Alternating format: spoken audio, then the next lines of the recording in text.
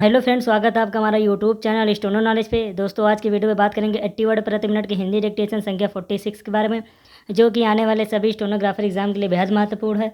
तो चलिए फिर दोस्तों, ज़्यादा देर न करते हुए यह डिक्टेशन स्टार्ट करते हैं।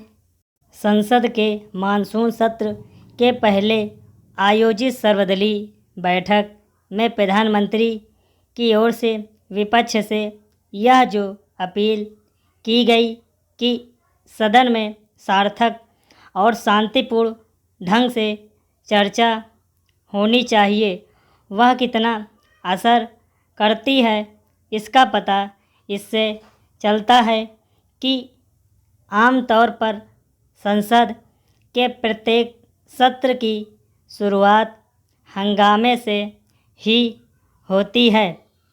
ऐसा इसके बावजूद होता है कि सरकार सभी मसलों पर सार्थक चर्चा के लिए तैयार होती है।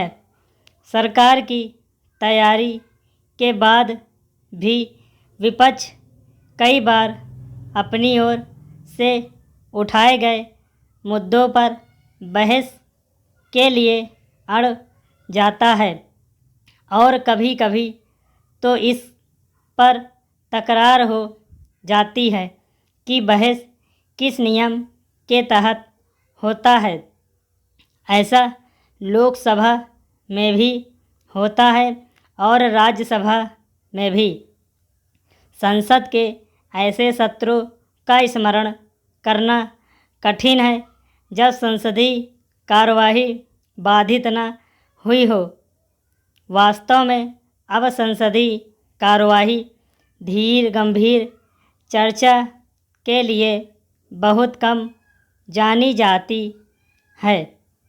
यदि संसद को अपनी उपयोगिता और महत्ता कायम रखनी है तो यह आवश्यक ही नहीं, अनिवार्य है कि वहाँ पर राष्ट्रीय महत्व के मसलों पर सार्थक चर्चा हो।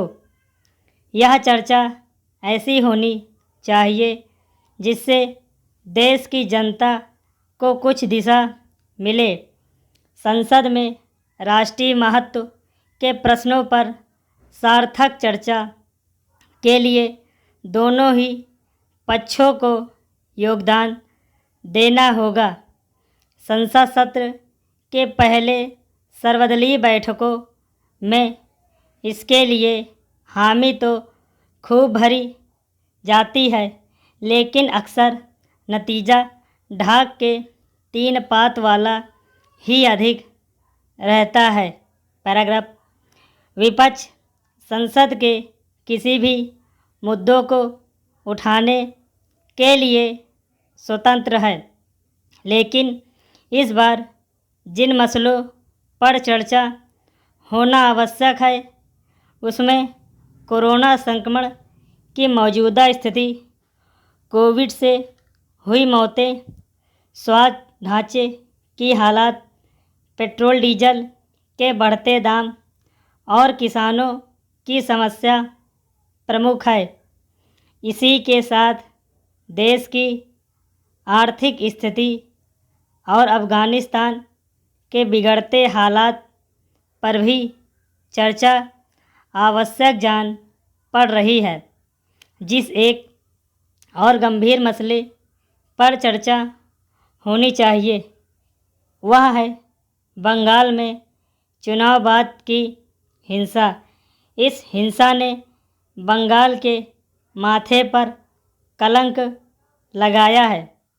यदि विपक्ष हंगामा करने को अपना मकसद नहीं बनाता है और सत्ता पक्ष उसकी ओर से उठाए गए मुद्दों को सुनने के लिए तत्पर रहता है, तो संसद का मानसून सत्र एक नज़ीर बन सकता है।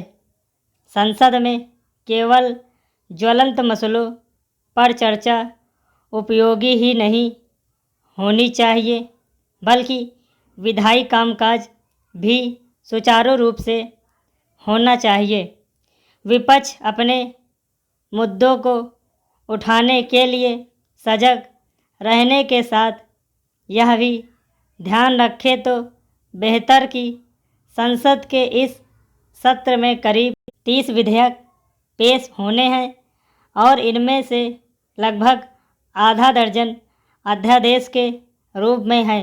पैराग्राफ, किसी भी व्यक्ति का परिधान उसके पूर्व व्यक्तित्व का द्योतक तो होना ही चाहिए, लेकिन यह ड्रेस यदि संस्थागत रूप से तय की जाती है तो पहचान भी बन जाती है।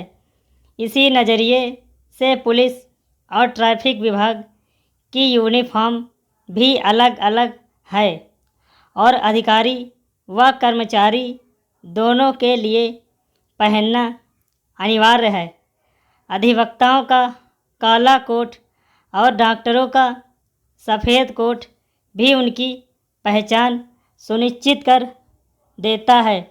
ऐसे में विधानसभा सचिवालय ने कर्मचारियों के लिए गरिमामय परिधान की उपेक्षा की है तो इसके पीछे निहित भावना को समझने की ज़रूरत है। निश्चित रूप से इसके पीछे यदि उद्देश्य है कि उत्तर प्रदेश सचिवालय में कर्मचारियों की भीड़ में सदन के कर्मी अलग और विशिष्ट दिखाई दें। विधानसभा अध्यक्ष ने कर्मचारियों से जीन्स, टी शर्ट जैसे परिधान न पहनने की अपेक्षा इसलिए भी की है ताकि कर्मियों में अनुशासन की प्रवृत्ति जागे। गरिमामय परिधान व्यक्ति के आचरण को भी प्रभावित करता है, जिसका असर विधानसभा सचिवालय के कार्यों में सीधे तौर पर देखने को मिलता है।